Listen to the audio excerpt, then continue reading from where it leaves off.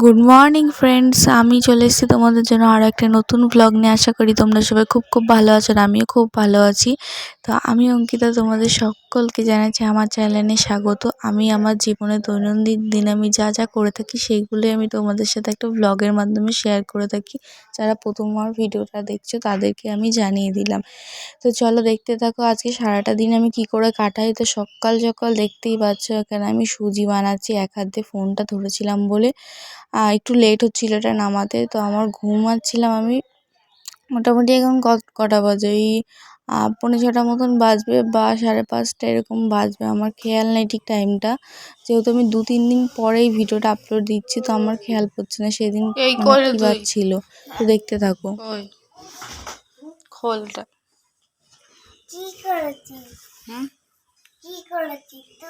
সুজি সুজি ভালো করে বানিয়েছি, তুই খেয়ে দেখ একবার, খুব টেস্টি হয়েছে।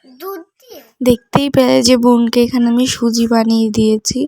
ওরা আসলে খুব খিদে পেয়ে গেছিলো, ভোরবেলা থেকে আমাকে খুব ঠেলাঠেলি করছে যে আমাকে কিছু বানিয়ে দে বানিয়ে দে, আমার খুব খিদে পেয়েছে।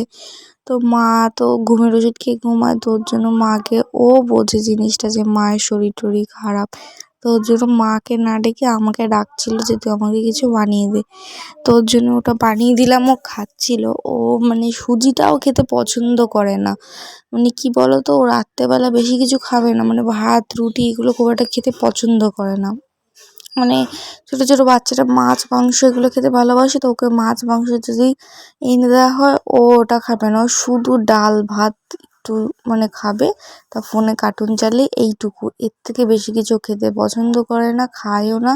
আর খালি হাবিজাবি খাবার খাবে, যেগুলো খেলে শরীরের জন্য ভালো না সেই সব খাবার খাবে।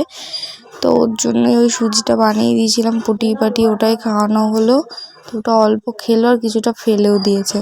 তো তারপরে দেখো আমি এখানে বিছানাটা এক সাইড দিয়ে তুলে নিয়েছি, মা ঘুমাচ্ছে বলে মাকে আর ডাকলাম না।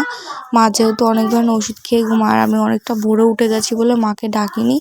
তো এখানে দেখতেই পাচ্ছি আমি চুলটা আঁচড়ে নিচ্ছিলাম, আর আমি যখন ভয়েস ওভার দিচ্ছি না সেটা হলো আজকে আমি ভোরবেলার দিকে ভয়েস ওভারই দিচ্ছি। ঘুমটা ভেঙে মানে জোর করে উঠে আমি ভয়েস ওভারটা দিচ্ছি।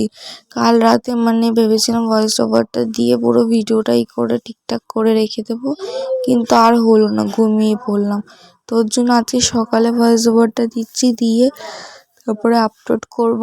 এখনও অনেকটা বাকি রয়েছে কাজ। আর এখানে দেখতেই পাচ্ছ আমার বোন কি করছে খরগোশ নিয়ে।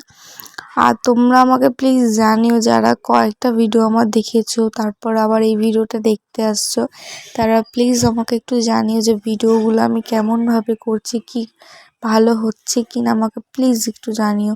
কেননা এটার পিছনে আমি অনেকটা সময় দিচ্ছি, কষ্ট করে করছি, এডিট করছি, তারপরে পোস্ট করছি নেট পুড়িয়ে।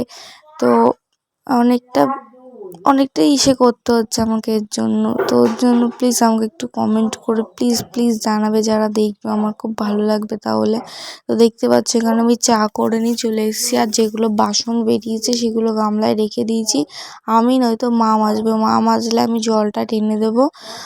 যেহেতু চাপা কলে সব কাজ করা হয়, আর আমি যদি মাজি তাহলে আমি তো মাজবই। তো চলো দেখতে থাকো সামনে আর কি কি হয়। তো এখানে আমি বসে আছি তো এরকম করে, তো এইভাবে ক্যামেরার সামনে বসে থাকাটা ঠিক উচিত না, তাও আমি এইভাবে আমার মানে এই বিছানাটা আসলে না, এটা আমার কমফোর্ট জোন। এইখানটায় আমি দুপুরবেলায় মানে শুই, যাই করি, এই বিছানাটা আমি সারাদিন থাকি, আর রাত্রেবেলা মাদের সাথে ঘুমাই। তো ওর জন্য এখানটা আসলে আমি নিজে কমফোর্ট জোনে চলে আসি। তো ওর জন্য আমি ওই জায়গাটা একটু ব্লার করে দিয়েছিলাম, এছাড়া কিছুই না।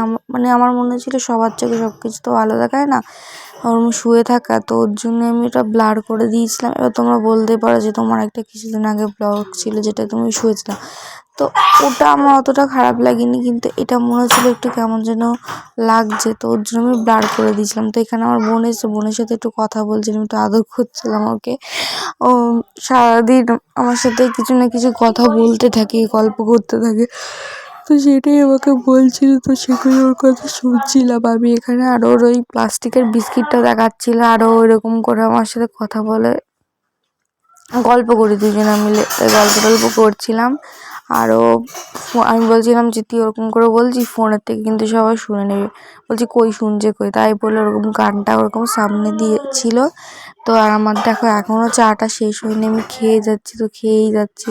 আসলে সেদিনকার বিস্কুটটা পুড়িয়ে গেছিলো, বিস্কুট আনা হয়নি, মানে আনতে বলেছিল মা, আমি ঠিক আনতে যাইনি, আর খাওয়ার টাইমটা বিস্কুট ছিল না, তোর জন্য আমার চা আর শেষ হচ্ছিল না।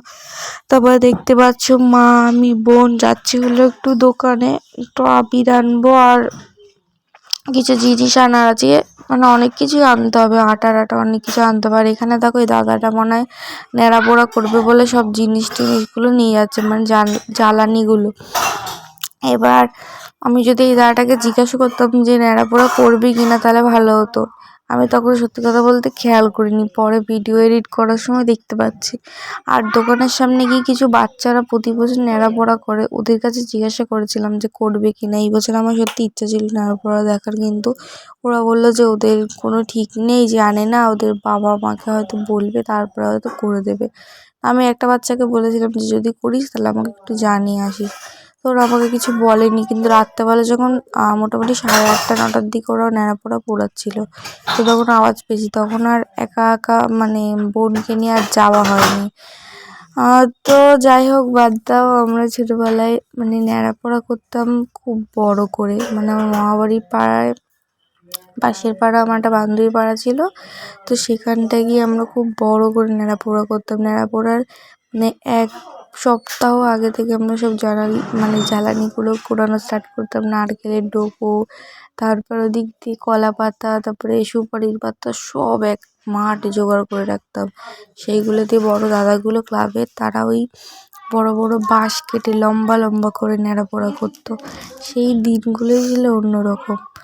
আর তখন আমরা সারা পাড়ার থেকে মানে ওটাকে কী বলে আলু কালেকশন করতাম, গামলা আলু কালেকশন করে সেটাকে ওই আগুনের মধ্যে পোড়া দিতাম, পোড়া দিয়ে তারপরে সেটাকে মানে আলু কাবলি মাখা হতো গামলার মধ্যে করে, গামলায় আর সারা পাড়ার লোক সেখানে এসে দাঁড়াতো ন্যাড়াপোড়া দেখতে।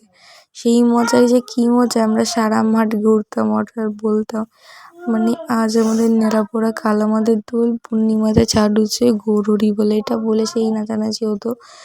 তারপরে তো এখন তো যেসব বান্ধবীরা ওখানে ছিল আমার থেকে বড় 2-3জনের তো বিয়েও হয়ে গেছে।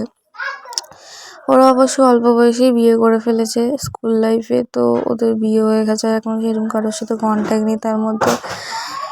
তো যাই হোক, আজকের ভিডিওটা এই অবধিই রাখলাম। আশা করি তোমাদের সবার খুব খুব ভালো লেগেছে। ভালো লাগলে আমাকে একটা কমেন্টের মাধ্যমে জানিয়ে দিও, লাইক করে দিও, সাবস্ক্রাইব করে দিও।